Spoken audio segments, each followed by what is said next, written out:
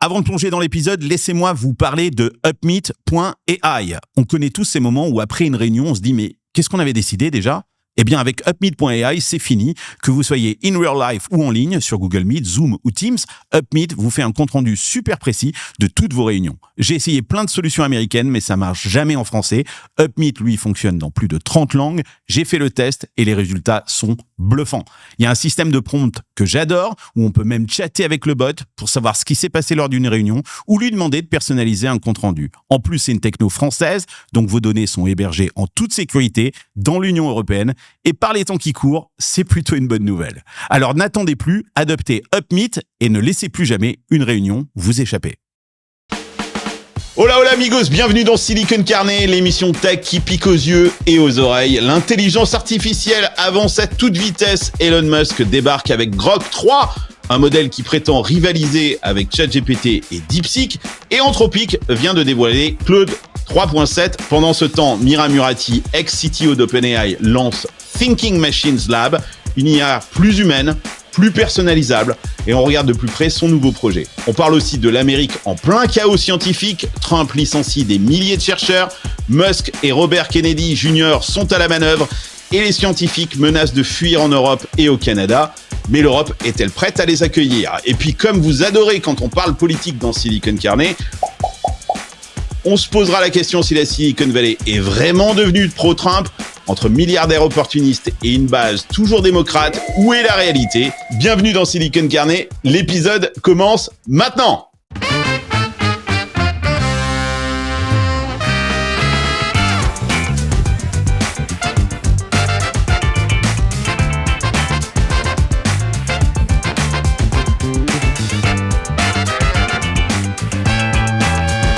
J'ai rien compris.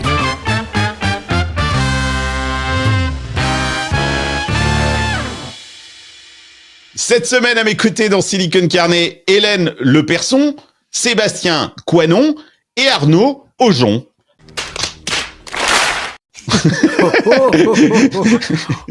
Non, c'est Arnaud Auger. Mais ouais, mais bon, vous appelez tous, vous avez tous des noms qui terminent en con, quoi, en fait, quoi. C'est ça, quoi.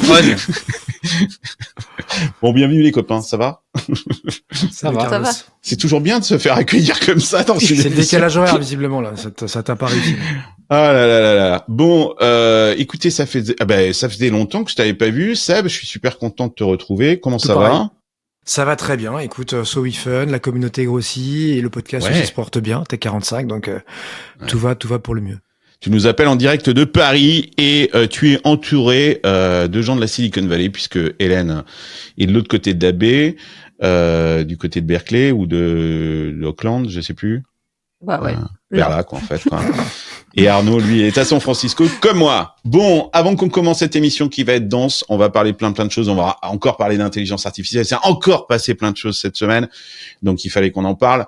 Mais pensez à vous abonner à la chaîne YouTube. Je sais, je vous le dis chaque semaine, ça coûte rien, mais ça sert énormément la chaîne de Silicon Carnet.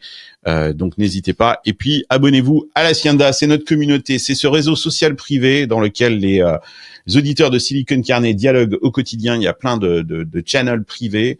Ça coûte $150 par an et c'est très très important. C'est la première source de revenus d'ailleurs de Silicon Carnet. Donc vous abonner à l'Hacienda, c'est supporter ce show et permettre qu'il continue à vivre et j'espère qu'il continue à vous faire marrer et à vous apprendre des choses sur la tech et la Silicon Valley.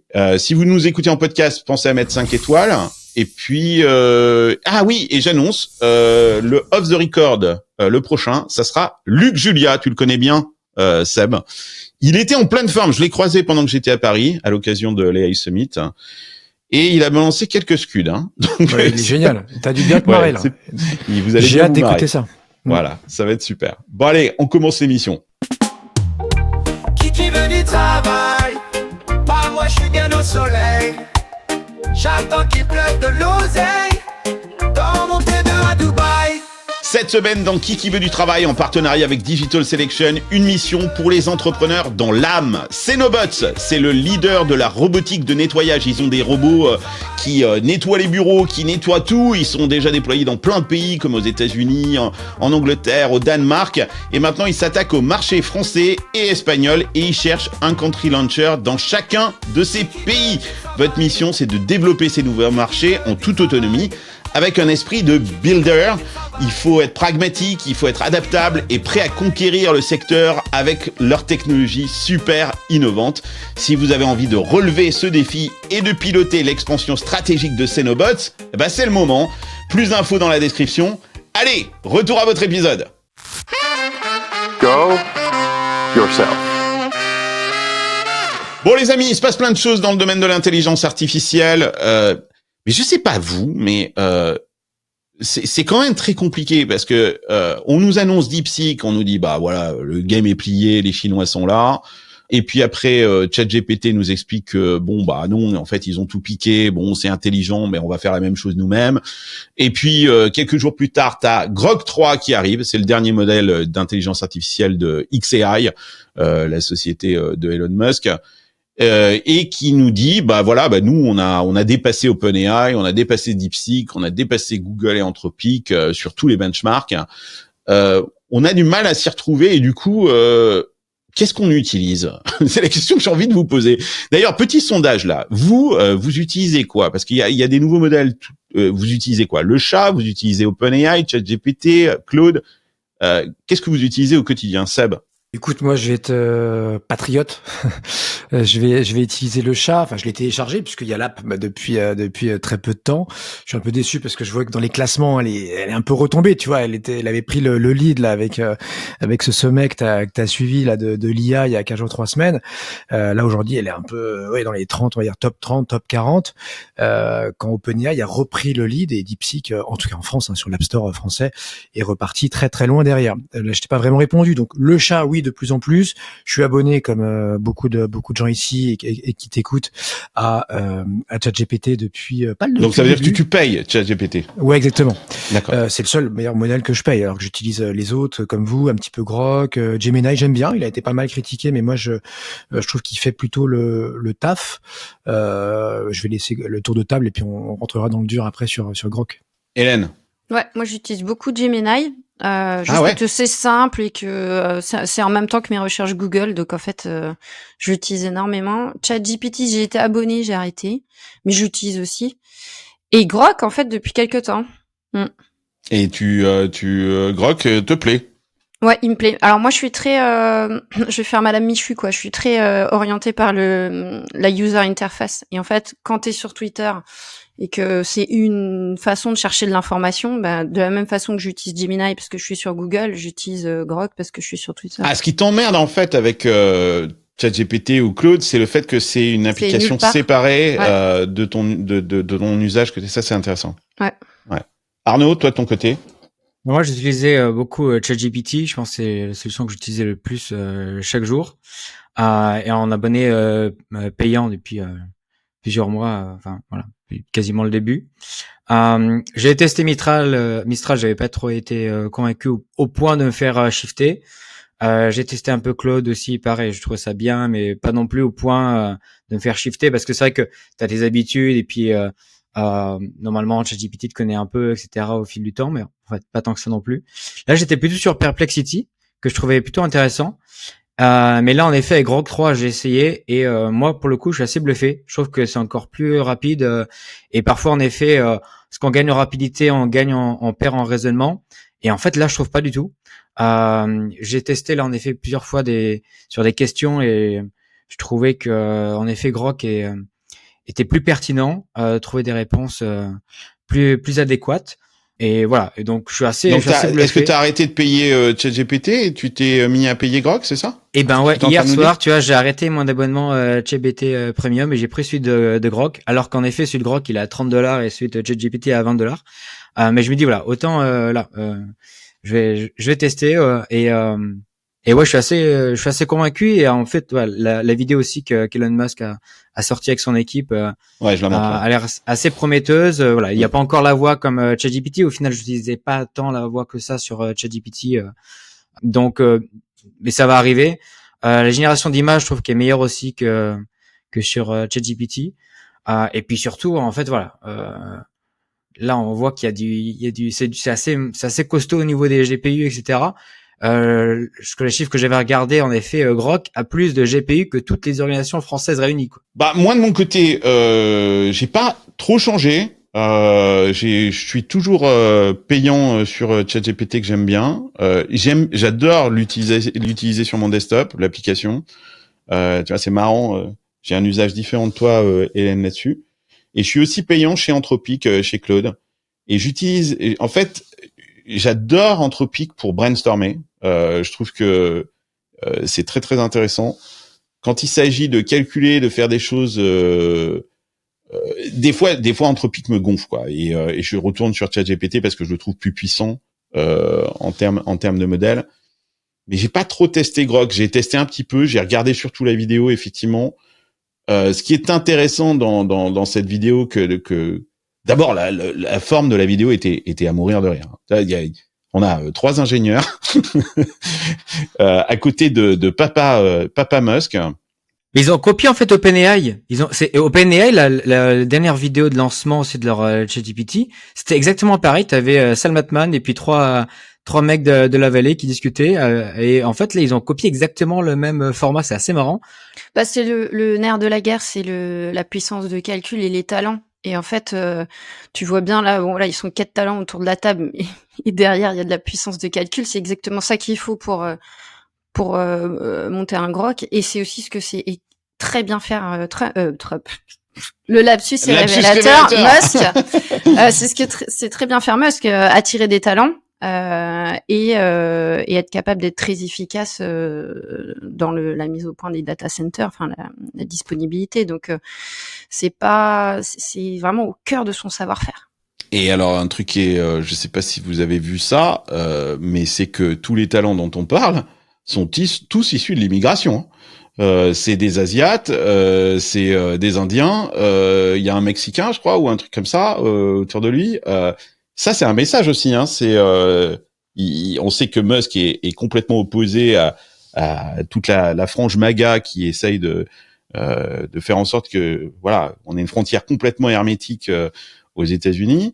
Et là, on voit bien que ces talents dont tu parles, c'est pas des Américains. J'avais un chiffre que d'ailleurs dans le Off the Record avec Luc Julia, c'est lui qui me l'a donné.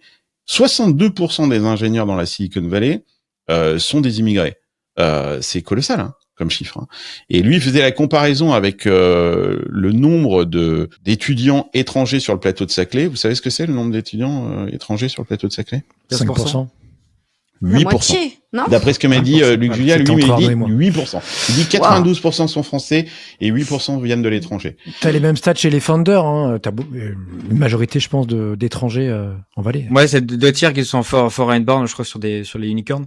Mais en effet, ça, t'as raison, Carlos, c'est vraiment des secret sauce de la Silicon Valley dont on en parle peut-être pas assez en France.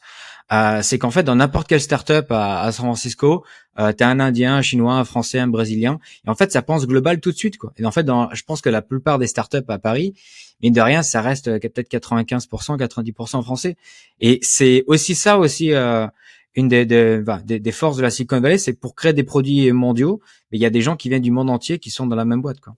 Bah, puis c'est l'Amérique. Enfin, je veux dire, l'Amérique, tout le monde te dit, mais on vient tous de quelque part d'autre. Tu parles avec n'importe quel Américain, c'est quand même un pays d'immigration avant tout, et tout le monde est fier d'avoir une autre origine ou différentes origines. Je pense que c'est fondamentalement l'Amérique. Alors après, c'est exacerbé ici. Mais je crois que c'est peut-être plus San Francisco, New York, enfin quelques grandes villes comme ça, parce que si tu fais dans le Midwest, t'as peut-être pas forcément autant de représentativité. Non, mais après, en effet, là, on parle de technologie, donc on parle forcément de ces clusters-là, quoi, en fait. Quoi. Mais au final, il y a quelques villes dans le monde comme ça. C'est peut-être Singapour, peut-être Sydney, Dubaï, voilà, qui ont cette concentration en Londres Enfin, dans le bas de l'échelle, c'est la même chose, hein. Ce qui conduit vos Uber, ce qui construit vos maisons, ce qui fait tourner vos crèches, vos restos, c'est des immigrés, hein. C'est pas des Non, mais absolument. De toute façon, tu vires les immigrés, notamment en Californie, et j'ai envie de dire les illégaux. Hein. Je parle pas simplement des légaux. Vous êtes à l'arrêt. L'économie s'arrête. Hein. T'as vu, c'est intéressant, Carlos, quand même. Donc, sur 3 pensionnaires que t'as avec toi, t'en as 2 sur 3 qui te disent, j'ai shifté, je suis en train de shifter. En tout cas, j'ai résilié. Tu vois, j'utilise encore OpenAI, mais la version gratuite me va. T'imagines, ça va vite quand même en 2 ans. Hein. C'est quand même, moi je trouve ça assez impressionnant. Je me suis amusé parce que moi je suis peut-être moins geek que vous, donc je suis même pas allé tester Claude, etc. Mais j'ai un peu joué avec Grok et je partage complètement le point de vue d'Hélène sur le côté interface globale. Je suis très peu maintenant sur X, mais enfin sur le nouveau Twitter on va dire. Mais c'est vrai que c'est ça dans une interface. Je compare des choux et des carottes, mais tu vois, OpenAI de mémoire, tu vois, GPT, c'est peut-être 400-500 millions d'utilisateurs hebdomadaires, et t'en as quasiment autant, au moins par mois, on va dire, sur X. Donc potentiellement, et c'est vrai que quand tu es sur X, tu le vois partout. Hein, t'as des pop-up, enfin t'as le bouton au milieu. Enfin c'est très très présent. C'est même tentant. T'as envie de construire des images, de lui parler. Et donc ouais, il y a une belle traction, je pense, enfin ça peut aller très très vite pour eux. Moi, je lui ai parlé. Effectivement, comme dit Arnaud, c'est rapide, ça fait le boulot. Ça 200 000 GPU, hein. C'est 10 fois plus que Grok, le Grok précédent. Ça a rien à envier, même pour l'instant, je trouve un OpenAI, en tout cas sur ce que j'ai pratiqué, j'ai testé sur des news, j'en sais rien, parle-moi de la NBA, donne-moi qu'est-ce que je lui ai demandé si j'ai fait un truc drôle, je lui ai demandé si Musk était pro-nazi. Ah, ça a mis un peu plus de temps. Il était tu sentais que bon, c'était les sujets un peu touchy. Et il m'a fait du coup du Macron, il m'a fait du en même temps. J'ai dit en même temps. Tu vois, en mode oui, mais il y en a qui disent ça, mais tout le monde n'est pas d'accord, ça dépend des points de vue et tout. Donc j'ai un peu fourni, je lui ai dit mais tu sais, il a quand même soutenu l'AfD, donc Alternative für Deutschland, qui vient de faire 20% là aux élections allemandes. Et puis en lui rappelant, tu sais, il y a des jeux de mots qui sont pas terribles. Je vais même pas parler du salut nazi, hein, mais je lui dis, tu sais, AfD en plus, ça rappelle d'autres slogans. Et qu'est-ce qu'il t'a répondu? Alles für Deutschland, etc., qui était un slogan nazi. Il m'a répondu là encore, écoute, non, il y a débat, tout le monde n'est pas d'accord avec ça, donc on va pas trancher aujourd'hui, quoi. En gros, c'est un peu le. Ce qui prouve aussi qu'il y a une certaine liberté d'expression, tu vois, c'est pas un truc dicté par Elon sur le monde vu par Elon, quoi. Et moi, ce que j'aime bien malgré tout sur Grok aussi, c'est le ton. Je trouve que le ton est quand même assez différent peut-être que je me suis lassé du ton de ChatGPT un peu boring, mais je trouve qu'il est plus punchy, quoi. C'est ce que j'allais dire. Il y a des, je sais pas si vous avez remarqué, il y a des subtiles différences. T'as pas l'impression de parler à la même personne entre les différents modèles. Et je sais pas à quoi ça tient. Faudrait vraiment rentrer dans le détail. Mais Grok a l'air plus, moins robotique. Effectivement, moins, j'allais dire presque plus humain. Je sais. Alors du coup, plus brut. Je dirais pas jusque là, mais moins mécanique, ouais, d'accord. C'est intéressant de rappeler le nom Grok aussi. Pourquoi? D'où vient le nom Grok? Rappelle-nous, Grok, d'où ça vient. Donc, en effet, ça vient d'un roman de science-fiction. Et Grok, en effet, c'est un mot, entre guillemets, alien, martien, pour dire je te comprends pleinement, donc intellectuellement, intimement. Donc voilà, c'est vraiment une certaine ambition. Et d'ailleurs, quand il a lancé la vidéo sur Grok 3, Elon Musk a rappelé, voilà, il faut pas que l'AI se contente de faire vos emails, il faut vous permettre d'explorer le monde entier. Donc, il a mis aussi un niveau d'ambition aussi un peu plus aspirationnel, je trouve. Donc voilà, il y a aussi une promesse que je trouve assez séduisante, quoi. Il y a un truc intéressant dans ce que vous dites là, c'est que j'aimerais vous pointer du doigt quelque chose. Je suis totalement d'accord avec Hélène sur le sentiment qu'on a d'avoir quelque part des modèles sur lesquels c'est à nous de faire un choix presque politique ou à minima de ton, de style. Claude va être un peu un télo, ChatGPT va être un peu boring mais un peu scientifique, un peu nerdy. Grok va être un peu plus impertinent et a donc à l'utilisateur de s'adapter au style qu'il recherche ou à ce qu'il est. Mais quelque part, c'est une erreur cette histoire parce qu'en fait, moi ce que je voudrais c'est un modèle qui apprend de moi, qui arrive à me comprendre qui je suis, quelle est ma personnalité et qui justement adopte un style, un ton qui me correspondent à moi et c'est pas à moi de faire l'effort d'aller chercher le modèle qui Enfin, je sais pas ce que vous en pensez, mais là, je pense que ça c'est peut-être la promesse. Du coup, on en parlera peut-être après de la de future Mira startup Murati. de Mira Murati. Elle Ouais. est sur le sujet de la personnalisation. Donc peut-être que tu as raison. Voilà, il y aura un style adapté à chacun. Et c'est vrai qu'on aurait pu attendre légitimement que ce soit ça, alors que tu as raison. On a un peu tous les mêmes tons face aux IA respectives. Mais voilà, peut-être que c'est l'approche que va avoir Mira. Tu as raison.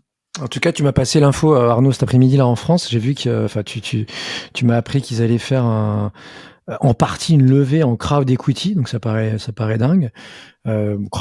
Crowdfunding pour faire simple, sur une plateforme israélienne qui s'appelle PeopleBiz. Donc on n'a pas encore de date. On parle de Grok là? Ouais. Enfin de XAI, donc c'est la maison mère quoi. Ouais. Et donc et ça serait génial. Je trouve que ça serait vraiment génial parce qu'en effet, tu vois, ils ont déjà levé plusieurs milliards, donc il fait pas ça pour la levée de l'argent, je pense, mais justement pour engager les gens. Vu que tu peux swifter si facilement entre les AI, si pour $100 tu peux être actionnaire de XAI, et ben en fait tu vas être incentivé à rester parce que t'es incentivé au succès de la plateforme. Donc ça serait quand même un coup assez génial de permettre dans la démocratie du capitalisme aussi même un coup politique pour Elon Musk de dire on ouvre à tous le capital si vous le voulez quoi. Je dois appeler Arthur de Mistral. Il faut qu'on fasse la même chose chez SoWeFun. Faut que Mistral c'est une super idée, mais bien lève sûr. 5 millions d'euros, parce que le maximum en France, c'est 5 millions par année et par projet. Ah ouais. Donc ça sera max, ça sera capé. Mais voilà. Ça va mettre du beurre dans les épinards. Ouais, 5 millions, c'est pas beaucoup de 5 millions, c'est à peu près 2 semaines de runway, quoi. C'est ça. à peu près ça. Ou du café à la fin des réunions, quoi. Ouais, ça va payer le café chez Mistral. Alors justement, regardons le projet, cette nouvelle startup de Mira Murati. On rappelle, hein, Mira Murati, c'est cette ex-CTO d'OpenAI qui avait quitté d'ailleurs OpenAI il y a 6 mois, je crois, hein, quelque chose comme ça. Et bon, en partant, on sait que dès qu'on quitte OpenAI, on lève de l'argent. Hein, Skiver, lui, il a levé 1 milliard. Bon, elle en est pas là, mais elle annonce sa nouvelle startup. Ça s'appelle Thinking Machines. Son objectif, c'est de construire des outils qui permettent d'adapter l'IA aux besoins spécifiques des utilisateurs. Ça fait complètement écho à ce qu'on venait de dire tout à l'heure. Alors, je lis, tout en rendant ces systèmes plus compréhensibles. Alors, qu'est-ce que ça veut dire, ça? Ça veut dire que c'est peut-être open source, hein, c'est-à-dire qu'on pourra sans doute ouvrir le capot et comprendre quels sont les modèles de raisonnement utilisés, personnalisables et puissants. Alors, on ne sait pas trop combien est-ce qu'elle a levé. Je sais pas si vous avez les chiffres de votre côté. Moi, j'ai entendu dire 100 millions, mais je suis pas certain. Non, et elle est en train de les lever. La levée de fonds est encore finalisée. Non, il y a pas encore de chiffres officiels, même sur PitchBook, il y a encore rien. Donc, à mon avis, elle a en effet levé quelques millions pour la première équipe, mais là, elle est en train de lever 100 millions, en effet. Donc, on verra ce que ça va donner. Mais c'est vrai que c'est quand même hyper concurrentiel. Il y a énormément d'IA. On voit que voilà, c'est extrêmement compétitif. Après, elle a en effet un sacré background. Elle a chopé une belle équipe déjà. Hélène, tu disais qu'il y avait, je sais pas combien de chercheurs déjà qui avaient rejoint l'équipe. Ouais, et tous en plus avec. Alors ils viennent de OpenAI, Mistral, enfin de. Ah bon, il y a des mecs de Mistral qui. Elle a récupéré un peu de partout. Mais bon, c'est ce qu'on se disait. C'est des guerres de talent et de puissance de calcul. Mais à la fin, ils font quand même tous la même chose. C'est pas très défendable, enfin c'est pas unique, c'est des modèles, on le sait, ils sont à la course de qui va être le plus puissant, mais en fait pourquoi ils font ça tous? Enfin c'est quoi, tu vois, le pourquoi il y en a de plus en plus qui quittent Grok, OpenAI, etc. pour refaire quasiment la même chose à côté, avec toujours plus de talent et toujours plus de tension sur Moi j'ai une petite idée. L'énergie nécessaire. Je sais pas, Seb, tu l'analyses comment toi? C'est quoi c'est quoi le purpose là? Bah elle vient d'Albanie, enfin elle est née en Albanie, mais ça c'est pour la petite histoire. Moi je trouve ça marrant déjà qu'elle parte. Enfin on savait qu'elle était partie, mais c'est pas le premier départ, c'est sûrement pas le dernier chez OpenAI. Donc moi c'est plus j'aurais bien creusé un peu les causes de son départ. Et si vraiment elle veut nous faire un truc sur mesure, mais un peu différent, alors je dirais pas à l'européenne parce qu'on n'en est pas là, mais ça m'interpelle aussi. Ça m'interpelle. J'aimerais en savoir plus là-dessus. J'avoue que j'ai pas trop creusé le sujet parce que ici en tout cas en France on n'a pas encore beaucoup de, même tu vois je regardais tout à l'heure le Wall Street Journal, il y a pas une couverture démentielle là-dessus. Elle reste un petit peu en dessous la radar, mais ouais bien sûr ça sera la personne à suivre cette année, ça c'est clair. Moi, je pense que c'est intéressant ce que tu dis d'ailleurs, Seb, quand tu dis une approche un peu européenne, parce que quand j'ai lu effectivement ces papiers et ce qu'elle essaye de faire, c'est exactement la réflexion que j'ai eue. Je me suis dit, elle aurait dû monter sa start-up en Europe, elle. Il fallait qu'elle se barre en Europe parce que très honnêtement, elle coche toutes les cases. Elle parle de sécurité, elle parle de transparence, elle parle du soin de l'utilisateur. Elle aurait fait un parfait.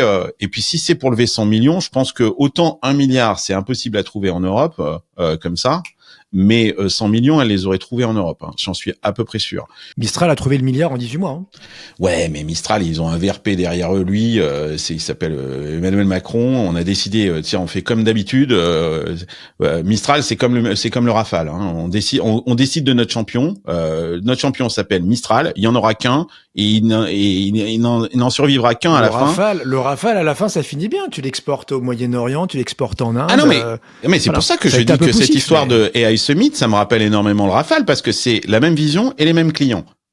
C'est exactement les mêmes. Quand tu regardes qui est-ce qui paye les 109 milliards, c'est les mêmes qui ont acheté les produits. L'Inde, les Émirats Arabes Unis, le Qatar. Non, mais sincèrement, c'est un peu la même vision. Mais tu vois, on a 109 milliards aujourd'hui en France. On aurait pu accueillir une Mira Murati et lui dire que c'est bon. Elle a pas fait. Elle a décidé de le faire aux États-Unis. Mais c'est vrai, ce que la question qu'elle pose. D'abord, le contingent de talents, il n'est pas infini. Et donc là, aujourd'hui, il est en train de se splitter entre de plus en plus de startups. Mira Murati, 29 anciens employés de la vallée quand même, hein, des gens qui viennent de Character AI, Google DeepMind, OpenAI, comme tu disais. Je savais pas qu'il y avait des gens de Mistral. Bah, c'est surtout ça. En fait, ça, avant d'être aux États-Unis, elle est à San Francisco. Et encore une fois, la baie de San Francisco, ça, c'était plus de la moitié des levées de fonds en VC l'année dernière. Encore une fois, depuis 10 ans, les investissements dans les startups de l'IA depuis la région de San Francisco, c'est 4 fois plus que toute l'Europe confondue. Hein. Donc en fait, il y a de l'argent, il est en Silicon Valley, et les talents ils sont en Silicon Valley. Et voilà, c'est une startup de plus, OpenAI, Anthropic, et là du coup il y a maintenant aussi Thinking Machine. Donc ça, c'est aussi si pour cette raison qu'elle est en Silicon Valley, puis elle est en Silicon Valley depuis quand même peut-être plus de 10 ans. Non, je pense qu'elle a pas envie de rentrer ailleurs, quoi, en fait, quoi.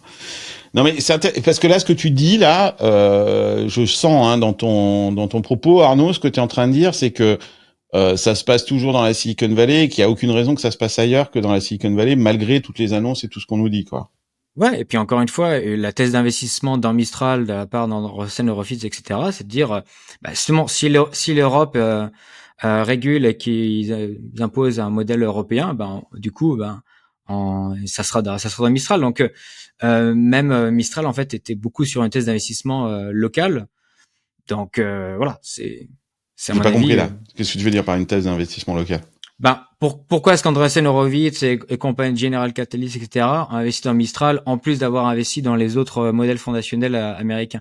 C'était avec la thèse que si pour le marché européen il faut une IA européenne parce que faut que des data centers en Europe, etc., et parce que en effet on n'arrête pas de dire l'Europe, comme dirait Charles de Gaulle, et ben du coup voilà, Mistral sera le gagnant pour ce marché européen, quand même le deuxième ou le premier au monde. Donc ouais, d'accord. Donc en fait, c'est ce que tu dis, c'est que le play local, de Mistral, il doit se passer en Europe et qu'ils ont rien à faire ici dans la Silicon Valley. C'est ce que tu es en train de dire. Ils ont à faire aussi parce qu'il y a en effet à apprendre à ce qui se passe. Il y a du monde ici, de Mistral dans la Silicon Valley. Hein. Oui. Seb, toi qui es à Paris, Mistral, tu leur as parlé il y a pas longtemps? Non, pas du tout. Je leur ai parlé qu'une fois, il y a très longtemps, fin 2023. Ah ouais. Au début, quand ils avaient lancé leur première levée de fonds. Exactement, enfin quelques mois après, ouais. Donc la boîte avait 6 mois puisque officiellement je crois que les statuts sont déposés en avril 23 et donc c'était une soirée moitié avec que des gens de l'IA et donc j'avais eu la chance d'avoir Arthur et depuis pas de son pas d'image. J'avoue que je lui aurais pas couru après non plus. Hein. Et là, vu qu'ils viennent de se prendre avec le sommet IA, je pense qu'ils ont avoir 712 demandes d'entretien, si tu veux, et d'interview. Donc je vais laisser passer un peu la vague. Non, mais moi je reviens sur on va en avoir combien, parce que Murati, ok, elle veut faire un modèle, j'ai toujours pas compris ce que ça voulait dire personnalisé. C'est pas. Enfin, je comprends pas ce que ça veut dire. Et donc le prochain talent qui va arriver à lever 150 millions et qui va refaire un Xème modèle, moi des fois je commence à me dire, en fait ils sont tous entre eux là, super excités parce que c'est hyper excitant, C'est de l'ego. c'est stimulé intellectuellement de dingue. C'est quelque chose qui change réellement tout, tu vois, le futur. Il y a énormément d'argent. Et pourquoi ils partent tous monter chacun leur truc? C'est parce qu'en fait, ils veulent faire ce qu'ils veulent. Enfin, tu vois, ils veulent être maîtres à bord, ils Bien sûr. veulent décider. Et je sais pas si combien comme ça on va pouvoir s'en payer et si c'est utile. Donc ça va être intéressant de voir quand la marée va se retirer, tu vois, et qui va rester. Mais le modèle Silicon Valley, ça a toujours été ce qu'on appelle unbundle, bundle, bundle, unbundle.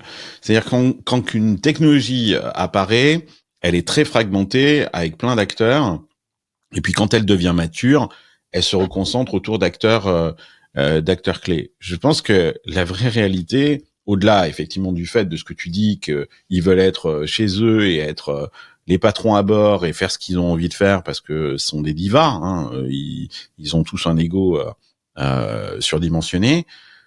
C'est aussi le fait qu'il y a une vraie opportunité business, c'est-à-dire qu'il va y avoir de la concentration et que de monter sa start-up, c'est capitaliser, c'est de créer un asset qui soit technologique ou humain, qui demain va être racheté par au moment du bundling, qui va être racheté par les acteurs gagnants. Et donc il y a de la plus-value à faire. C'est it's a serious business. C'est il y a du pognon à faire et voilà quoi. Moi je l'analyse comme ça. Je sais pas ce que vous en pensez. Oui, il y a peut-être des raisons aussi philosophiques, voilà, de différences qu'il y avait avec OpenAI et voilà, de vouloir avoir différentes visions sur comment construire les choses et en effet de pouvoir être l'acteur qui va en effet marquer quand même notre époque sur l'IA. Mais t'as raison, au final, il y a aussi quand même beaucoup de business et de gros sous derrière. On en parle la semaine prochaine, mais il y a quand même un truc, c'est que moi, je vois pas comment est-ce que aujourd'hui c'est quand même très difficile d'aller concurrencer ChatGPT. Ils annoncent qu'ils vont lever, ils vont relever 40 milliards. Donc là, Mira Murati, elle est gentille, elle lève 100 millions. Mais ses petits copains qu'elle laisse derrière, elles viennent d'annoncer on en parlera la semaine prochaine, mais prévoit de lever 40 milliards. Et là, l'idée de cette levée de fonds, qui va être essentiellement supportée d'ailleurs par SoftBank, à hauteur de 30 milliards hein, sur ces 40 milliards, a priori, c'est SoftBank qui les amène. L'idée, c'est de créer une infrastructure. Ce qui est très intéressant parce que c'est exactement ce que fait Elon Musk, c'est ce que tu disais. Je montre là la vitesse de progression de Grok et notamment grâce à la mise en place d'une infrastructure. Moi, ce qui m'inquiète dans le projet de Mira Murati, c'est qu'avec 100 millions, elle peut pas créer une infrastructure. Hein. C'est impossible. Elle est obligée de reposer sur une infrastructure déjà existante. Elle va peut-être créer du logiciel. Mais elle va pas faire grand-chose d'autre. Et j'ai l'impression qu'aujourd'hui, pour gagner la bataille des LLM, et d'ailleurs, on le voit bien parce que c'est ce que Mistral essaye de faire aussi, hein, c'est de créer sa propre infrastructure. Et Mistral va bénéficier des 109 milliards annoncés par Macron. Et je pense que c'est un super play hein, de la part de Mistral parce qu'il faut créer son infrastructure. Mais là, les 40 milliards que lève OpenAI, c'est qu'ils veulent s'affranchir de Microsoft, ils veulent avoir leur propre infrastructure, ils veulent devenir un acteur du cloud. Et je serais même pas étonnant qu'ils vont aussi la prochaine étape c'est quoi? C'est de fabriquer ses propres chipsets hein. Ça c'est absolument enfin je pense que on va droit vers là. Donc ça demande énormément de capitaux et moi je suis assez d'accord avec Hélène, monter des LLM qui aujourd'hui où t'as pas toute la chaîne de valeur, c'est-à-dire que t'as juste l'inférence et la partie front-end et le logiciel et le LLM derrière, je suis pas sûr que ce soit suffisant. Bah tu fais des agents quoi, tu fais du Salesforce. Non, mais on verra ce que ça va être exactement parce que c'est pas encore très clair. Donc voilà. À moins qu'on puisse vraiment encore innover, comme l'a montré DeepSeek, quoi, en fait, et qui encore, c'est ce qu'elle nous dit. Elle dit oui. Mira que en fait c'est que le début, que en fait il y a encore plein de choses à inventer, que les LLM sont en train de s'essouffler en termes de modèles et qu'il y a peut-être je sais pas, elle a peut-être en tête autre chose. Hein. Elle parle en effet de personnalisation. Elle parle de multimodal. C'est vrai qu'elle a un background en AR VR, donc à voir si voilà, il y a peut-être aussi des choses qui vont être sur des sujets différents de ce que font OpenAI et autres. Mais par rapport à ton point sur l'infrastructure, je pense que c'est là où Elon Musk, il a quand même un unfair advantage parce qu'il a raflé quand même pas mal de GPU qui étaient prévus pour des commandes de tracteurs. Et parce que c'est Elon Musk et parce que aussi il est en leadership politique, à mon avis, il a récupéré une bonne partie des GPU disponibles et rattrapé voilà son roster. Et donc, il a un avantage infrastructurel quand même qui est assez non négligeable, quoi. Donc, Elle a dit la course ne fait que commencer. Donc, ça se trouve, là, elle te fait un précide à 100 millions. Avant Exactement. l'été, elle relève 500-600 millions en site. Tu vois, on sait pas. On sait pas. exactement. Ouais, mais tu te rends compte de ce qu'on dit là, Seb, un précide de 100 millions quand même. Mais c'est exactement ça, hein, t'as absolument raison, elle est en train de faire un précide de 100 millions, la gazelle. Ouais. Bon. Bah, bonne chance, Mira. On va suivre de près. Mais c'est passionnant parce que c'est de voir encore la capacité de déploiement de capitaux. Alors c'est passionnant pour les gens qui sont dans l'IA, mais toutes les autres startups qui sont pas core IA, elles souffrent le martyre. Hein. C'est hyper difficile de lever de l'argent aujourd'hui si t'es pas sur ce sujet-là. Hein. Même dans la Silicon Valley, hein. C'est très très compliqué. Bah, l'IA, c'est la nouvelle électricité. Donc, voilà, là, il y a des startups qui produisent des ampoules qui sortent. Tu vas pas investir ces entreprises à bouger, hein. Chez Kata Innovation, vous, comment vous jouez ça, Arnaud? Alors voilà, du coup on approche plutôt vertical avec en effet des investissements comme dans Hawkin, dans Nabla, dans Bioptimus qui est un peu le ChatGPT de la santé, donc plutôt par vertical parce qu'on a les modèles fondationnels horizontaux, voilà, c'est notre play et donc voilà, on va peut-être plutôt fonctionner sur des verticaux. Sur des après, verticaux. il y a peut-être des opportunités horizontales quand on regarde, mais on verra. Je vous propose maintenant qu'on parle de la grande purge scientifique qui a lieu aux États-Unis. C'est un séisme mondial, hein, tout le monde en parle partout. Je suppose que j'ai vu qu'en France aussi, ça en parlait pas mal. De toute façon, dès que la France peut expliquer que Trump et Musk font des conneries, elle le fait. Mais depuis le retour de Trump à la Maison Blanche, vague de licenciements sans précédent dans toutes les agences scientifiques fédérales américaines. J'ai lu un article dans l'Express qui parle de démolition méthodique visant à soumettre l'ensemble du système médico-scientifique aux impératifs idéologiques du régime. On parle même pas du gouvernement, mais on parle du régime Trump. C'est intéressant. Mais c'est une réalité. Hein. Il y a un article de Science qui explique qu'il y a des milliers de chercheurs et de fonctionnaires qui ont été renvoyés, d'ailleurs sans préavis. Ça peut choquer en France, mais aux US c'est assez commun, quoi, en fait. Mais le Health and Human Services a perdu 5200 employés et pas mal d'experts d'ailleurs, notamment du CDC et de la FDA. Le National Science Foundation, 10% de son personnel disparaît du jour au lendemain. Et même la NASA et le département de l'énergie sont touchés. Donc voilà quoi, c'est effectivement on peut parler d'une purge, hein. C'est effectivement une purge. Comment est-ce que tu analyses ça, Hélène? Il y a deux choses. Il y a l'effet du Dodge et le fait qu'il coupe des dépenses, des contrats et qu'il coupe des jobs. Et puis il y a le côté fuite des cerveaux vers le Canada et vers l'Europe, des scientifiques qui soit n'adhèrent pas, soit ont peur ou recherchent plus de liberté dans ce qu'ils font. Je pense que sur le Dodge, il sera bien temps de faire un bilan un peu plus tard, mais faut bien avoir en tête que pour l'instant, ce qu'ils ont fait reste une goutte d'eau comparé au déficit de l'État et comparé au coût de fonctionnement de l'État, qu'ils ont même pas commencé à s'attaquer. Et je sais même pas s'ils vont le faire un jour. À mon avis, ils le feront pas à la défense, au Pentagone, à la santé. Ils commencent là un petit peu. Enfin voilà, en gros, système de santé et à la défense, qui sont les deux gros pourvoyeurs de coûts et de fonctionnaires. Donc moi, je le vois comme encore des choses très symboliques qui sont plus de l'ordre de il faut juste prendre conscience de comment l'argent de vos impôts est dépensé. Et d'ailleurs, on a encore vu passer pas mal d'études qui disent que la plupart des Américains soutiennent la démarche. Donc moi, je le vois comme un espèce de wake-up call. Les amis, vous payez des impôts, juste intéressez-vous à comment c'est dépensé. Et regardez, voilà, il y a plein de choses qui peuvent être faites. Mais quand tu regardes en termes de chiffres et d'impact, ça reste extrêmement mineur. Ça va pas changer quoi que ce soit à l'économie américaine, malheureusement pour l'instant.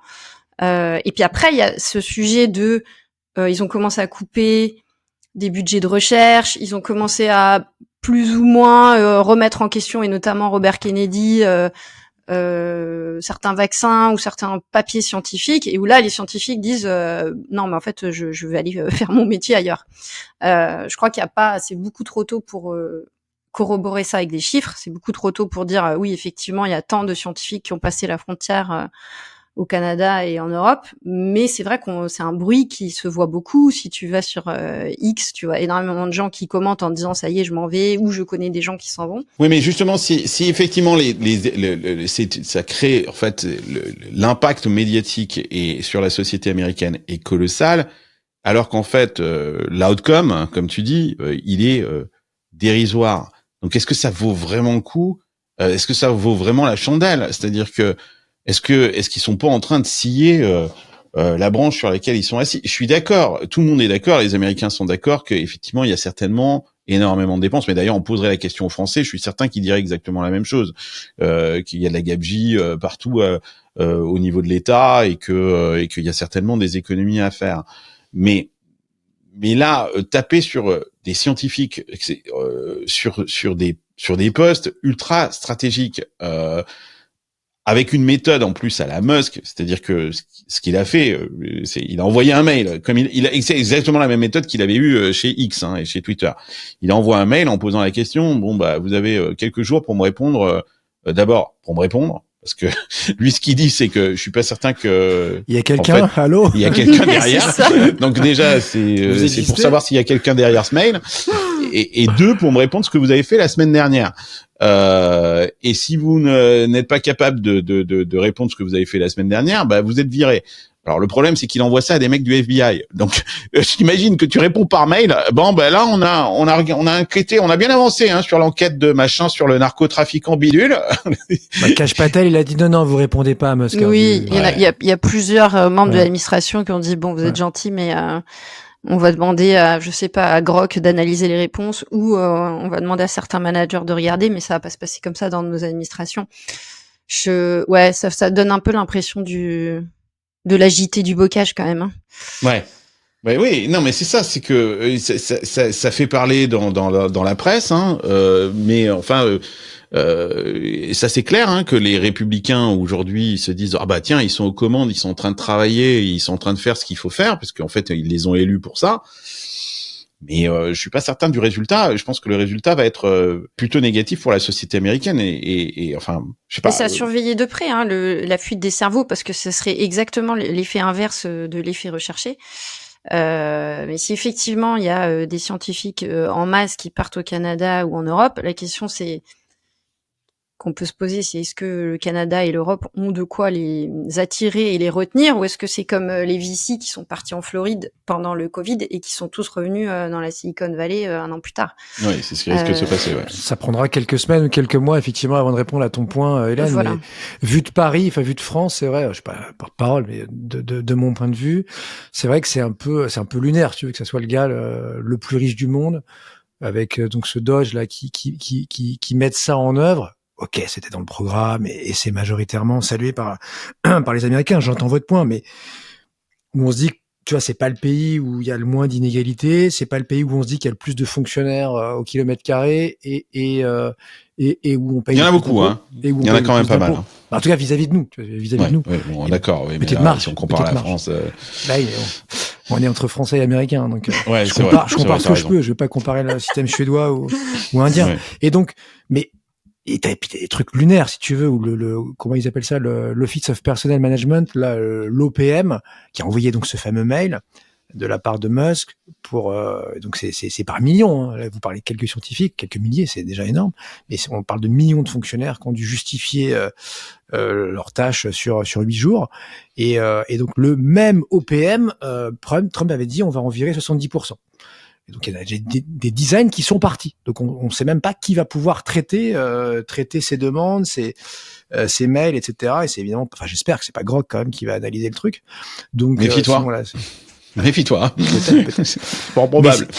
Plus non mais effectivement on parle de gens, on parle par exemple d'un. Moi j'ai promené ma chienne au Golden Gate Park et il y a des rangers, c'est-à-dire c'est des on appelle ça des cantonniers. en face, en France. Mais c'est des gens qui s'occupent du parc. Et le mec, il me disait, moi, je sais pas, avec l'administration, peut-être que je vais me faire virer, parce qu'il y a eu des gens dans des parcs nationaux qui se sont fait virer du jour au lendemain. Et le pire, c'est que souvent, c'est des gens qui ont voté Trump. Hein. C'est-à-dire que et là, et c'est intéressant parce que dans l'opinion, ce qui se passe, c'est que ces gens-là qui ont voté Trump, qui sont républicains et qui se font virer, mettent la faute plutôt sur Musk, pas trop sur Trump. C'est qu'ils disent, ok, non mais il y a certainement des économies à faire, mais c'est le Musk là qui déconne quoi. C'est lui qui fait les conneries. On est d'accord sur le projet de fond, mais c'est la méthode de Musk qui marche pas quoi. C'est ça ce qui est en train d'être dit. Moi, ma morale de l'histoire, c'est que tout le monde, c'est valable chez vous comme chez nous, tout le monde, c'est la mode maintenant, c'est la fin de l'eau tiède, du raisonnement, de tout ce que tu veux. Donc, tout le monde se cherche, notamment pour être élu ou réélu, des boucs émissaires. Donc, tu vois, chez nous, ça va être tous ceux qui touchent les aides sociales. Ça, c'est si t'es à droite. Puis si t'es à gauche, tu vas taper sur les riches en disant, maintenant, il faut une taxe Zuckman, ras-le-bol, les entreprises, les milliardaires, etc. Il faut qu'ils passent à la caisse. Chez vous, c'est la faute aux immigrés et maintenant la faute aux fonctionnaires. Évidemment que la vérité au milieu de tout ça. Je dis pas qu'il y a pas de gras, que vous payez pas assez d'impôts ni rien, mais c'est complètement, pour moi, c'est caricatural.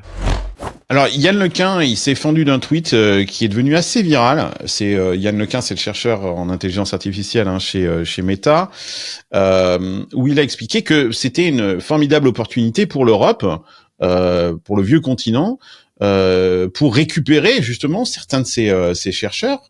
Et il a dit pour concurrencer les États-Unis, du coup, il faut que l'Europe et la France en particulier mettent en place une infrastructure d'accueil de ces chercheurs, puisqu'il y a des talents là disponibles et qu'on en a besoin, nous aussi, de ces talents.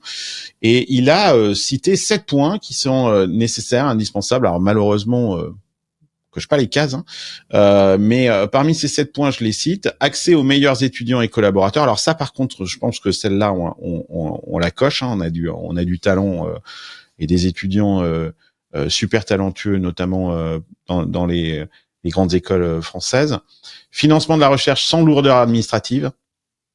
Alors ça va pas. Ça, par contre, pas sûr.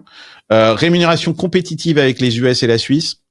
Je sais pas combien est payé un chercheur au CNRS, mais je pense que c'est pas ça doit pas être la même chose. C'est comme chez vous, mais t'enlèves un 0.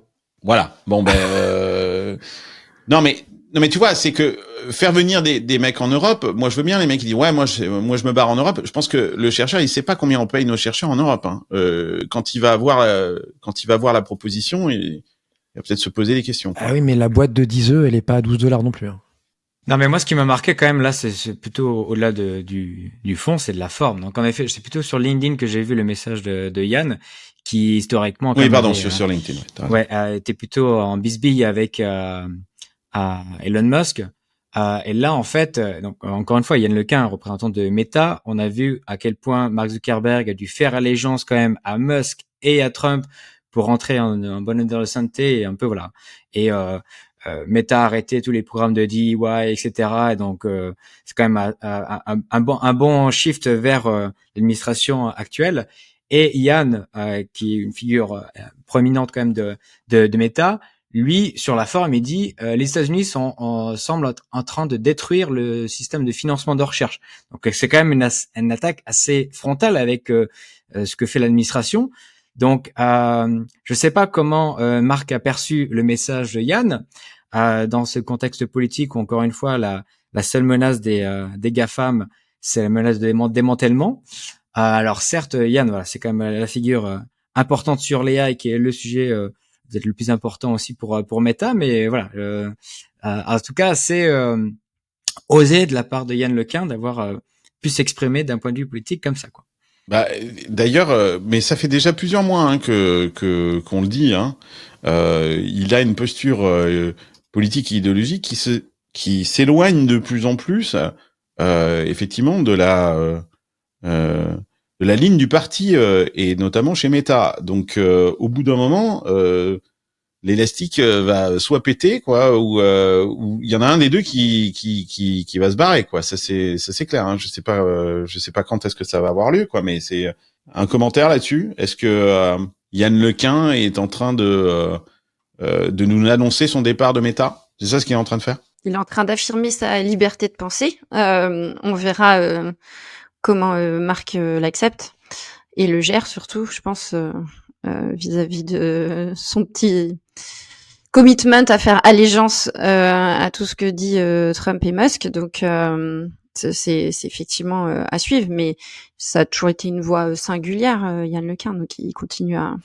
Ouais, et quand tu parles avec notamment Luc Julia, qui est un petit peu du même acabit, c'est la même chose. Hein. Je pense que c'est des gens qui sont énormément libres, et c'est génial hein, d'ailleurs. Hein. C'est-à-dire que ils ont un tel talent, ils ont une telle vision qu'ils ont ils ont besoin de cette liberté. Donc je pense que il est là juste en train d'exprimer effectivement ses valeurs et bien évidemment c'est pas du tout mais il y a ce disconnect, c'est clair. Hein. On sent qu'il y a de plus en plus de disconnect.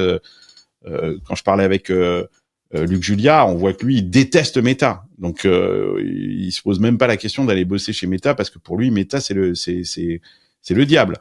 Il est tellement libre, Luc, qu'il faut pas lui parler de Renault parce qu'en gros, il a plus tellement le droit de parler, quoi. Voilà, ils disent, il en a parlé. Il en a parlé. Ah, il t'en a parlé, toi? Ouais, il a parlé pas mal de Renault. Parce qu'il est, il est Chief Scientific Officer de Renault, mais il parle de tout sauf de Renault. Hein. Alors, on a passé 5-10 minutes quand même sur Renault. Il a expliqué ce qu'il faisait. La Renault 5, ouais.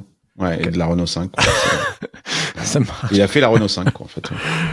J'entends de plus en plus de messages, notamment dans les médias sociaux, qui expliquent voilà, on jette le bébé avec l'eau du bain. Tout le monde est pro-Trump aux États-Unis, hein. Et si on lit, quand je lis mes médias sociaux, la Silicon Valley est devenue pro-Trump. Et j'avais envie qu'on parle de ça parce que pour y vivre, et c'est pour ça que je voulais aussi que Hélène et Arnaud soient là. Seb, tu vas faire le représentant de la France. Moi c'est pas du tout la réalité qu'on vit ici, quoi. C'est-à-dire que on nous explique que la Silicon Valley aurait complètement basculé à droite. J'avais fait d'ailleurs une émission en disant est-ce que la Silicon Valley n'est pas en train de basculer à droite? Et c'est vrai qu'on voit de plus en plus de personnalités de la Silicon Valley flirter avec Donald Trump. On a vu des titres dans la presse comment les démocrates ont poussé la tech dans les bras de Trump. La tech fait allégeance à l'inauguration de Trump, et c'est vrai qu'ils étaient tous sur place. Mais dans notre réalité au quotidien, moi j'ai pas, enfin, et quand on regarde les chiffres d'ailleurs des élections, c'est pas ce qui s'est passé, quoi. Je rappelle que quand même, lors des élections, des dernières élections présidentielles, Kamala Harris a obtenu 76% des voix dans les principales villes de la Silicon Valley, et même à Atherton, qui est la ville la plus riche des États-Unis ici, c'est la banlieue chic de Palo Alto, où tous les milliardaires sont, elle a battu Trump 71% à 27%. Donc, j'avais envie de vous poser la question, Arnaud, est-ce que toi, quelle réalité est-ce que tu ressens? Est-ce que effectivement la Silicon Valley est devenue tout d'un coup, du jour au lendemain, trumpiste? En fait, il y a, comme tu dis, il y a vraiment une différence entre les leaders, les têtes pensantes en tout cas, agissantes de la Silicon Valley, les géants de la tech qui eux, sont obligés de faire allégeance à l'administration, et les fonds de VC qui, en tout cas comme Andreessen Horowitz, qui du coup voit plutôt d'un bon œil qu'il y aurait pas trop de régulation sur l'IA pour que du coup les investissements puissent se déployer, et la plupart des gens qui vivent et qui travaillent, encore une fois, il y a près de 40% de la population de la baie de San Francisco qui est née à l'étranger. Donc voilà, il y a forcément un terreau peut-être un peu plus progressiste que des rednecks du Midwest. Donc en effet, voilà, il y a ce disconnect-là. Après, en effet, moi, ça m'a quand même marqué que même à San Francisco et dans le quartier de Marina, j'ai vu un drapeau MAGA à un moment. Donc voilà, il y en a pas non plus zéro. Comme tu dis, voilà, c'est peut-être un quart voire un tiers qui est républicain voire MAGA. Donc voilà, c'est pas non plus zéro. Donc voilà, il y a vraiment ce disconnect là entre les patrons de la tech, et après on l'a vu en effet que quand voilà, certaines de ces boîtes tech sont revenues sur des sujets entre guillemets progressistes comme le DIY, parfois ça bronche pas trop parce qu'en effet là il y a pas non plus autant de sécurité de l'emploi comme avant avec les disruptions qu'on voit sur l'IA. Donc voilà, il y a quand même entre guillemets deux salles dans l'ambiance en Silicon Valley, mais donc voilà, c'est vrai que vu de France, on peut se dire en effet c'est que tous des libertaires, des capitalistes, etc. Et donc ça peut être un peu caricatural. Des capitalistes, ça c'est sûr, ils le sont tous. Oui. Hein, ça, il y a aucun doute là-dessus. Il y a pas beaucoup de communistes dans la Silicon Valley. Mais c'est bien qu'on rappelle en effet qu'il y a le côté économique, en effet, il y a le côté entre guillemets sur les valeurs sociales. Donc ouais, on a encore quelques woke en Silicon Valley. Hélène. Oui, bah la Californie est profondément démocrate et ils sont toujours là, les démocrates. Les gens sont tout aussi gênés et voire traumatisés, effarés de ce qui se passe avec Trump. La seule différence, encore une fois, par rapport au premier mandat, c'est qu'il y a une parole plus libre des quelques républicains qui étaient là. Donc effectivement, tu peux voir des drapeaux, chose qui était totalement impensable avant. Tu as des gens qui font leur coming out en disant, mais en fait, je suis républicain, ce qui était complètement impossible, vraiment, il y a encore 4-5 ans.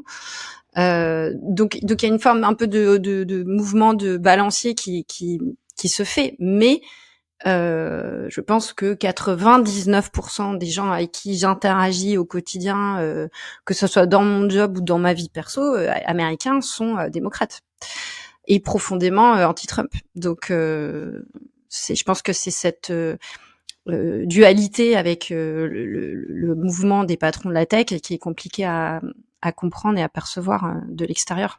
Moi, je pense que oui, vous êtes en bleu depuis des dizaines d'années et vous allez le rester, ça c'est clair. Après, vous êtes, les Californiens sont pragmatiques, d'aucuns pourraient dire opportunistes, et que vous n'allez pas laisser, regarder le train pendant 4 ans ou à minima 2 ans si on se met dans la perspective des midterms. Donc, oui, on fait avec, voire on finance, voire on annonce des plans pour faire plaisir, genre les 500 milliards d'Apple en début de semaine. Qui sont énormes et en même temps à l'image d'Apple, du cash qu'ils ont en banque et de ce qu'ils investissent en général et aux US en particulier depuis des années, c'est pas non plus un truc de dingo, je crois, même si ça paraît effectivement un chiffre incroyable. Après, hyper intéressant parce que c'est aussi un des États les plus roller coaster, qui a connu des belles crises, qui va bien, qui est dopé par la tech à nouveau depuis 2-3 ans. Évidemment, c'est le poumon et des US et même du monde, et que c'est un peu une caricature aussi parce que quand tu regardes la structuration, pardon de faire un peu de macro 3 secondes là, mais de la consommation américaine qui a pas flanché, mais elle tient essentiellement aujourd'hui grâce, notamment à vous, grâce à la tech, grâce à des États riches. En gros, elle est donc tirée par les 10% des Américains les mieux rémunérés, ceux qui gagnent au moins $250 000 par an, et que voilà, ces consommateurs, ces 10% les plus riches, c'est la moitié de l'ensemble des dépenses. Donc eux, ils ont pas freiné, au contraire, enfin ils continuent, tu vois, t'as pas vu ça depuis la fin des années 80, je crois, aux US, alors que l'Amérique en général regarde quand même l'inflation avec un peu d'inquiétude, les tarifs aussi, évidemment, ça les rassure pas. T'as la confiance du consommateur qui vient de sortir pour le mois de février, c'est la plus forte baisse depuis 3 ans et demi, donc tu vois, il y a quand même quelques signaux faibles chez vous qui sont pas hyper rassurants. Mais jusque-là, tout va bien. Jusqu'ici, tout va bien, mais ce qui compte, c'est pas la chute, c'est l'atterrissage. Je pense aussi que, comme le dit Hélène, il n'était pas possible d'être républicain dans la Silicon Valley, même s'il y en avait quelques-uns, et on le voit bien d'ailleurs sur le résultat des élections. Tu avais à peu près 25% de républicains dans les urnes, et que maintenant on entend ces républicains reprendre le débat, et c'est plutôt bien parce que c'est vrai qu'on avait l'impression de vivre dans un État et dans une région où il n'était pas possible de dire qu'on était républicain, et donc le débat n'avait pas lieu. Donc on peut dire quelque part qu'il y a un retour quelque part de la démocratie. D'ailleurs, les élections municipales de San Francisco ont bien montré ça. C'est-à-dire que à nouveau, il y a un nouveau dialogue, et que s'il y a un dialogue, tant mieux. On avait atteint quand même des extrêmes. Je veux pas parler des woke à nouveau, quoi, mais disons que si t'étais pas progressiste, tu fermais ta gueule, hein, quoi. Tu vois, tu pouvais pas l'ouvrir. Et aujourd'hui, il y a à la fois un nouveau dialogue, mais en même temps, ce qui est intéressant, c'est que la Silicon Valley était plutôt uniforme dans son visage politique, et que je pense qu'on rentre dans une forme de polarisation de la Silicon Valley. C'est-à-dire que de la même façon qu'on a cette polarisation dans la société. On n'avait pas cette polarisation précédemment dans la Silicon Valley, et aujourd'hui, moi, je constate une forme de polarisation. Je pense que il y a des gens qui vont être restés très pro-démocrates et qui ne dérogeront pas de ça, et de l'autre côté, effectivement, des gens qui adoptent des positions, on l'a vu comme Marc Andreessen, qui quand même à la base est un démocrate, Marc Andreessen. Mais je pense qu'en effet, il y a une différence entre Trump 1 et Trump 2, et que Trump 2, justement, aussi avec Elon Musk, je pense que il change la donne. Donc, je pense que c'est pas tant la Silicon Valley qui est devenue plus républicaine que du coup l'administration Trump a une partie républicaine qui est devenue plus Silicon Valley friendly. Et donc il y a une partie de la Silicon Valley qui en effet va mettre sur ses Tesla j'ai acheté la Tesla avant qu'Elon Musk devienne fou, mais il y a aussi une bonne partie qui admire Elon Musk pour son aventure entrepreneuriale, et du coup là il y a aussi des mesures là pro H1B, donc les plupart des visas des immigrés de la tech en Silicon Valley, donc faire une différence entre immigrés illégaux et légaux. Donc ouais, il y a aussi Elon Musk qui joue pour beaucoup dans l'acceptabilité, comme tu dis Hélène, mais aussi voilà sur cette dimension où finalement la Silicon Valley est plus compatible avec l'agenda politique républicain maintenant. Mais je pense qu'il y a aussi, il faut pas le minimiser, hein. Un podcast comme The All In Podcast, où t'avais des gens qui sont des figures reconnues de la Silicon Valley. C'est complètement con ce que je vais dire, mais je pense que ça a vachement joué. C'est que les gens se sont dit, putain, mais nous, qui sommes du côté démocrate, avec un discours ultra lisse et policé, il faut faire attention à chaque mot, et qu'on fasse gaffe de ne pas froisser une minorité dans tout ce qu'on fait ou dans tout ce qu'on dit. Ils regardaient The All In Podcast, ils disaient, putain, mais eux, ils sont rock'n'roll, quoi, merde, moi, je suis boring, tu vois. Oui, tu l'as très bien dit ces dernières semaines, Carlos, c'est pas tant les républicains qui ont été bons que les démocrates qui ont été mauvais et vus comme tels, même chez vous, quoi. C'est clair. Ouais. Oui. Donc, en fait, je pense que ce qui se passe, c'est que, fondamentalement, sur un plan, idéologique et sur le plan des valeurs, tout le monde est démocrate. Je le pense, hein. Mais c'est que la forme aujourd'hui, ils ne veulent plus de ce costume, d'être engoncés, tu vois, de pouvoir pas parler, de faire attention à tout ce qu'on dit, etc. Il y a eu toujours ce côté un petit peu counterculture, ce côté un peu rock'n'roll, un petit peu provocateur de la Silicon Valley. Et je pense que c'est ça ce qu'ils ont le sentiment d'avoir perdu.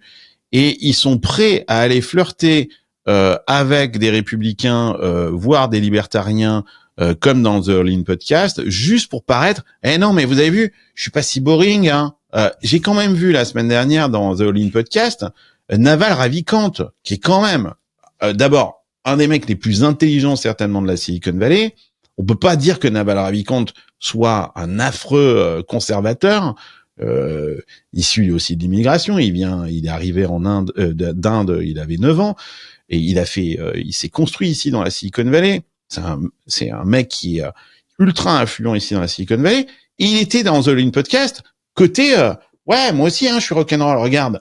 Et donc, je pense qu'il y a que de ça. Des fois, tu vois, j'entends sur les plateaux de télévision en France des sortes de montages machiavéliques, comme quoi il y aurait un truc ultra construit, réfléchi, alors qu'en fait pas du tout, hein. Je pense que on vit entre ados, hein, dans la Silicon Valley. Il faut bien le comprendre, hein. Tous ces gens-là sont des ados un petit peu tarés. Il y a une forme d'alternance et vous êtes un continent à vous seul, donc ça bouge aussi pas mal, beaucoup plus qu'en France en tout cas, où on est très parisianiste, très centralisé. Toi, tu peux aller à New York, New York, Boston, c'est des super hubs. Tu peux aller à Seattle, dans le nord là, j'ai oublié le nom de cette ville, Portland. Même au Texas, tu vois, t'as des mini-bastions comme ça, genre Austin, qui sont aussi démocratiques. D'ailleurs, on va voir ça à Southwest là. Ouais. Mais pour parler de All In Podcast, en effet, il y a David Sachs qui était en effet un des co-speakers de All In Podcast, enfin, qui l'est toujours, et qui est là et qui était, entre guillemets, recruté par l'administration Trump, un peu le tsar de la crypto et de l'AI. Donc là aussi, il y a la partie crypto friendly de la Silicon Valley qui a trouvé une résonance aussi dans l'administration Trump. Donc encore une fois, c'est aussi l'administration Trump qui s'est adaptée aussi au pouvoir de la Silicon Valley. Agrégation de communautés, très très juste, Ouais. qui sont d'ailleurs très très hétéroclites et hétérogènes et qui n'ont pas beaucoup de Et valeur des en commun. intérêts économiques, hein, parce que on parle d'Andreessen, il est très content. Hein, Andreessen, il a aidé l'administration. Le procès contre Coinbase, qui est quand même un de ses gros investissements dans la Silicon Valley, vient d'être abandonné. Donc victoire pour Andreessen Horowitz, parce que là, ils allaient y perdre un paquet de pognon. Donc je pense que il y a vraiment c'était plus cool d'être démocrate. On passait pour des cons en soirée, mais très honnêtement, hein, être démocrate, c'est passer pour des cons en soirée. Et deux, les démocrates sont en train de nous faire perdre du pognon. Donc, et moi, je pense que c'est pour ces deux raisons-là, essentiellement que. Et après, il faut arrêter le délire en se disant qu'il y a une construction avec un Peter Thiel, l'empereur, et Musk qui serait Dark Vador, etc. Non, moi, sincèrement, j'achète pas ce truc-là. Mais bon. Mais c'est qu'on entend quand même beaucoup de choses qui sont un peu n'importe quoi sur les émissions politiques françaises avec des gens qui sont jamais venus en Silicon Valley ou une fois il y a 10 ans. Moi, quand j'écoute ça, des fois, je veux dire, heureusement et qui intellectualisent le truc, mais qui en font un truc, et les mecs, mais c'est hyper smart, c'est hyper bien, machin, mais sincèrement, il faut qu'ils écrivent des livres, hein, ces gens-là. Il faut qu'ils fassent sincèrement, il faut qu'ils parlent à Netflix. Il y a des séries à faire, hein. Ils ont tout le scénario, ils ont même les personnages, ils ont tout. Alors après, quand je dis ça, je m'en prends plein la gueule en me disant, ouais, mais tu vois pas, t'es biaisé, tu te rends pas compte, il y a une sorte d'international fasciste qui est en train de se mettre en œuvre, tu te rends pas compte, tu es en train de faire leur jeu, tout ça. Bon, peut-être, hein. Je sais pas. Peut-être que si je me trompe, je vais avoir la d'un con. Vous allez me sortir ce podcast dans 5 ans et me dire, bah tu vois, Carlos, tu t'es bien planté. C'est possible, hein. Mais bon. Ce seront les résultats qui vont parler. Ils ont pas beaucoup de temps pour montrer des résultats et on sait, voilà, les Américains sont pragmatiques. Ils vont vouloir assez vite voir des résultats. Donc là, il y a tous les agités du bocage qui font beaucoup de vagues à la méthode Musk, qui est choquante, unique, sortie de tout cadre ou de tout référence pour tout le monde. Si à la fin ça résout rien du tout sur l'inflation, sur le déficit, et ça sur va rien l'économie, résoudre. sur l'emploi, bon ben ça va pas durer longtemps non plus. Donc, mais non, mais c'est clair que ça va rien résoudre, comme tu disais. De toute façon, ça, on fait des couples là qui sont ultra et qui sont débiles et qui, en plus, ont très peu d'impact sur l'économie. Au contraire, ont même un impact qui vont être plutôt négatif. Et puis, mais comme on dit chez moi, pâturage nouveau, réjouit les veaux. Pour l'instant, on a des veaux qui sautent dans le pâturage. Là, ils sont tous en train de sauter en se disant, hein, l'herbe est nouvelle. Je vous donne mon billet que dans 6 mois, d'ailleurs, des sondages commencent déjà à montrer quelques signes avant-coureurs. Tout ça va changer, quoi. Tu nous refais ton expression limousine, Carlos, là? Pâturage nouveau? Réjouis les veaux. C'est une expression limousine, effectivement. Il y en a une autre aussi, c'est que c'est à la fin de la foire qu'on compte les bouses. Celle-là, donc quand la marée se retire, qu'on voit qui nageait sans slip. C'est ça. C'est à peu près la même chose. Mais je pense qu'aussi il y a pas mal d'Américains qui achètent entre guillemets ces coups parce que ça les impacte pas directement et puis ils espèrent en effet qu'ils auront des réductions d'impôt sur le revenu ensuite, quoi. C'est un peu ça aussi la promesse républicaine, quoi. Ouais. Bon voilà, on arrive à la fin de cette émission. C'était super de parler avec vous, de vous retrouver. Quel bonheur à chaque fois de discuter et de partager ces conversations. Pour ma part, je vous donne rendez-vous la semaine prochaine pour un nouvel épisode de Silicon Carnet. On va parler plus tech, plus techno. On s'est posé la question du low code, no code et de tout le code généré par l'IA. Et j'ai convoqué tout un tas d'ingénieurs, d'entrepreneurs qui utilisent l'IA dans leur start-up pour savoir si ils ont viré tous leurs ingénieurs et tous leurs développeurs et qui est-ce qu'ils se sont mis à utiliser l'IA.